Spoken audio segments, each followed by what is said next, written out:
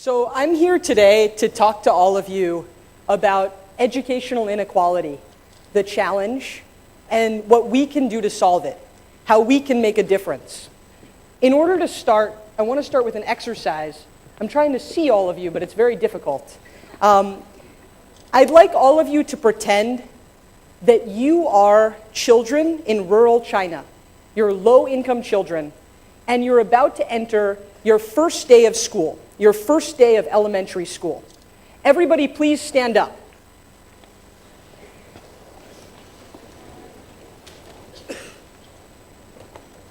Okay.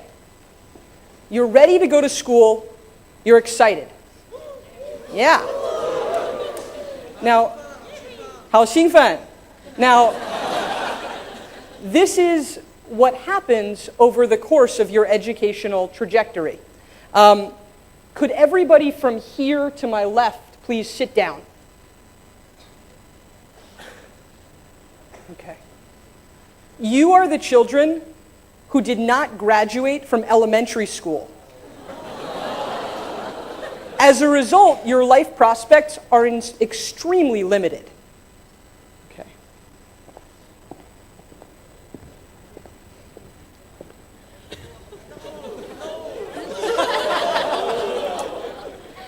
Everybody from here to my left, please sit down.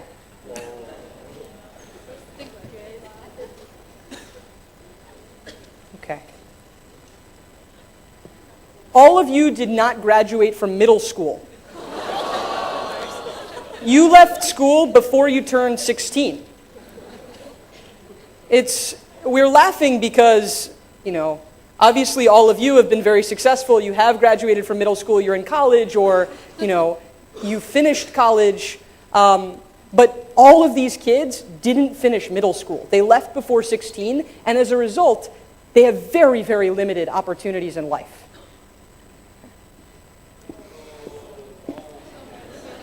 Everybody from here to my left, please sit down. Okay. You guys too, sit down. Sit.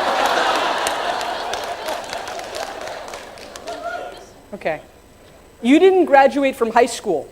You made it into high school, you passed the Zhongkao, but you didn't make it through high school.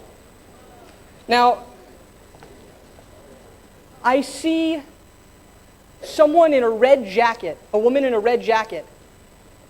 No, it's your turn. Look at me. Yep, you. Everyone in front of you, sit down. Please, you sit down too. I'm sorry. You also need to sit down. No, behind her, stay standing up. Stay standing up.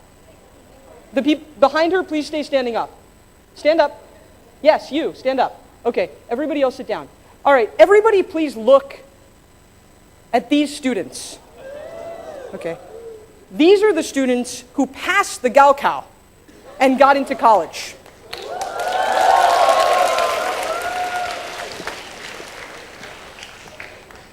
All of you, because the education you've received is not as high quality as that of your urban counterparts, you've made it into college. I actually don't know if you're going to graduate. Today, in China, 70% of students that grow up in urban communities will go on to college. They'll go on to tertiary education. In rural communities, less than 5% of students go on to college. We've seen what that means. All of these kids, almost everybody that was in this room, potential and opportunity wasted. Opportunities that kids do not have. More than 50% of China's population lives in rural communities, which means that 190 million children, and I think that's a low estimate. Some people say as many as 220 million children are being left behind. So this is a problem on a global scale. It's a huge, huge challenge. Why do we have this problem? Why is there so much educational inequality? Why can't I make this work? Okay. The challenge of educational inequality is very complex. It's a huge problem and it's a complex problem. There are issues of poverty. There's an issue of a shortage of qualified teachers. There are issues of mindsets. There are many people who do not believe that children from low-income backgrounds can achieve at high levels, or that they should go to college, that they should have the same kinds of opportunities as kids from more affluent backgrounds. There are policy issues. So there are many, many different issues. Now, at Teach for China, we're inspired by the vision that one day, all children will have access to an excellent education. Every child. We know that every child is capable of achieving at very high levels. And we believe that this is a problem we absolutely can solve. It's a huge problem. It's a complex problem, but it's a solvable problem. And if this is a problem we can solve, it's a problem we must solve. It's incumbent upon us. We have a moral imperative to solve this problem. It's perhaps the greatest challenge we face in the world today, and it's on us to solve it. So how do we solve this huge, complex problem? Well, it takes leadership. It takes incredible leadership. It's going to take outstanding young leaders like each of you who are truly committed to making a difference. Teach for China's model, you can think of it as a leadership development approach, a leadership development model. What we do is, in the short term, we give outstanding young people, outstanding young leaders, the chance to be leaders in low-income classrooms. We give them the chance to work for 2 years in low-income rural schools and to put their students onto a different path, to give their students the opportunities that they deserve. How do we do that? We recruit outstanding recent graduates from China and from the US. These graduates are from very diverse backgrounds. Almost none of them actually come from teacher training backgrounds. They're just people who have incredible leadership potential and have shown that they're capable of achieving great things. We train them very intensively for the incredibly challenging work that's in front of them. And we work closely with our government partners to place them in low-income schools where they'll be able to teach for 2 years and work with students. Then we support them throughout the 2 years to help them have a truly transformational impact in their classrooms. That's the short-term impact of Teach for China. Now, the long-term impact is that these fellows, we call our teachers fellows, after spending 2 years successfully teaching in a low-income community, in a low-income classroom, they've seen the challenge of educational inequality. They've seen that this is a solvable problem, and they will go on to work from across sectors to solve this problem, to continue to work for low-income children. I talked about how incredibly complex this problem is, how incredibly big it is. We need a generation of leaders who understand the problem, who've seen firsthand that it can be solved, and who will work to address all of the different issues that are a part of this challenge. So that's what Teach for China is doing. We're cultivating leaders. We're a young organization. We're in our 3rd year of implementation. But already we've seen the incredible power of this model to have an impact. I'm going to talk about just 2 teachers very quickly. Zhang Qiang is a graduate of Tsinghua Daxue. He's an engineering major, top of his class, could be doing anything. He took the opportunity to make a difference and is working in Dazhai Zhongxue in Yunxian, Yunnan, one of the lowest performing schools in that county. In just 1 year, his 1st year as a teacher, Zhang Qiang took his class of students, about 60 students, helped them go from being one of the lowest performing classes in one of the lowest performing schools to being the #1 class in the county. All of a sudden, these students have a totally different trajectory. All of them. Alex Jones took a class of kids who had never encountered English in Chuyi, so they're 7th graders, took them to the very top of their school. And these kids are not only doing well on exams, I've spent time with them. They love English. They're able to speak English. They're able to understand English. Again, he's completely changed their life prospects.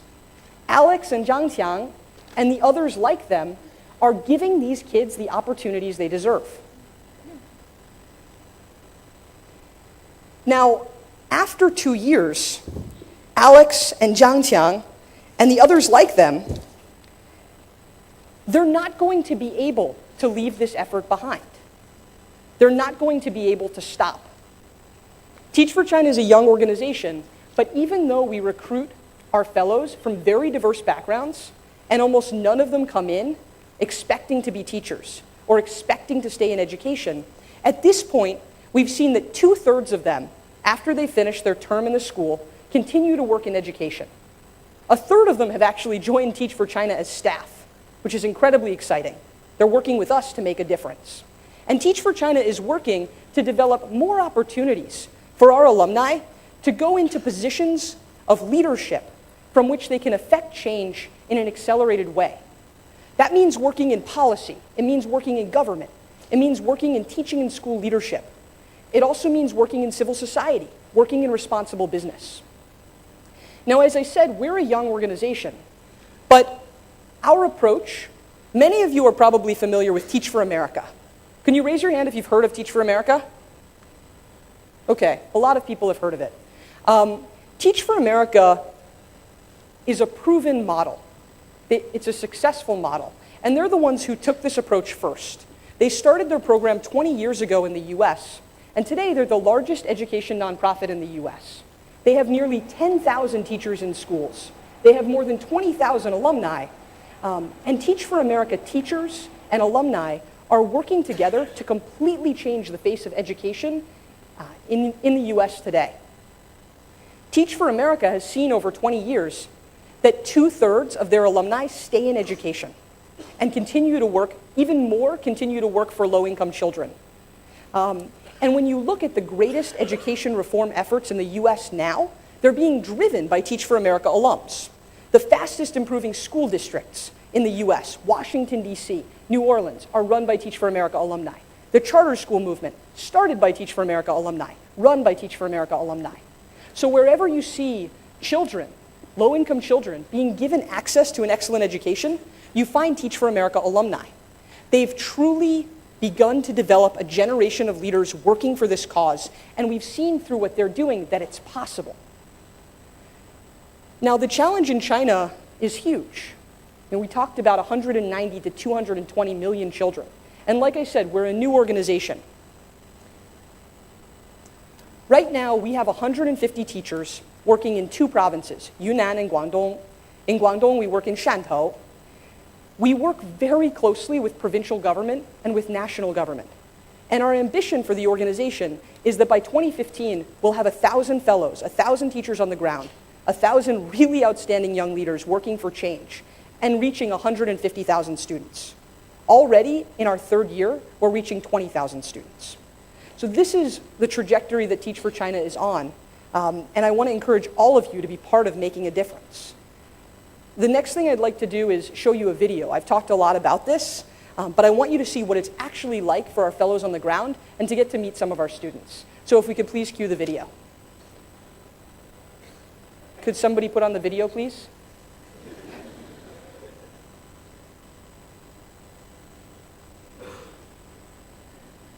Am I supposed to put on the video? Excuse me. Sorry. Could we put on the video? Oh, thank you. Things don't come easy for the kids here. They're told they can't. As their teacher, it's my job to say that they can.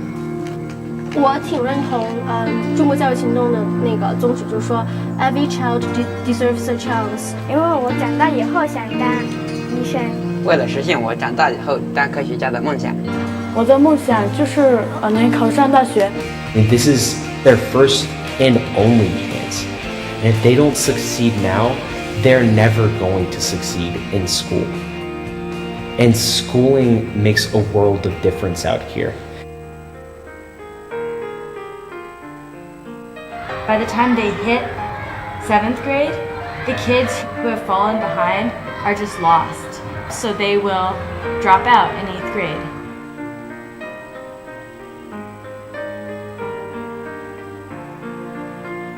The goal of Teach for China is to bridge the gap of educational inequity between rural and urban communities in China. 中国现在恰恰就是西部的和农村的教育太过于落后了。The country is growing so fast, but there are people that are getting left behind.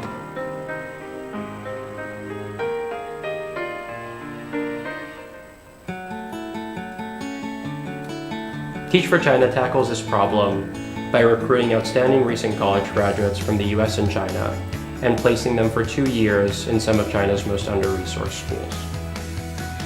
Graduates from Chinese universities and American graduates from American universities together 都有一个共同的特别相似的理想，然后都在做着同样的事情，所以我们的精神生活和精神世界是特别相似的。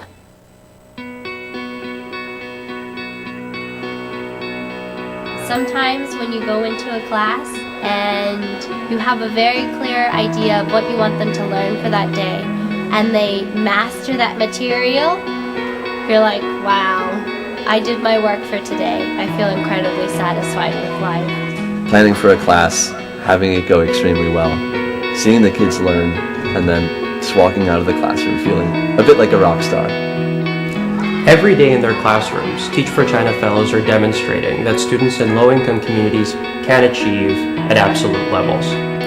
And it's this demonstration, this proof, that educational inequity is a solvable problem, which leaves us no excuse not to be involved and not to be a part of this important solution.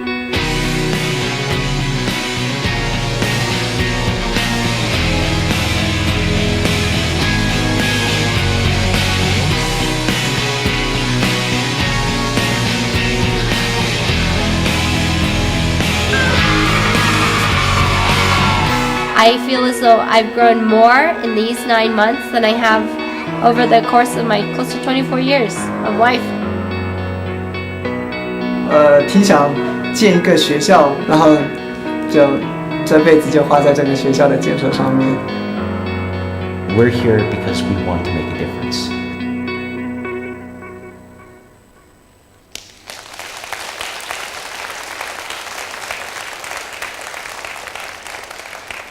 So he said what I want to say, which is we should all be working to make a difference.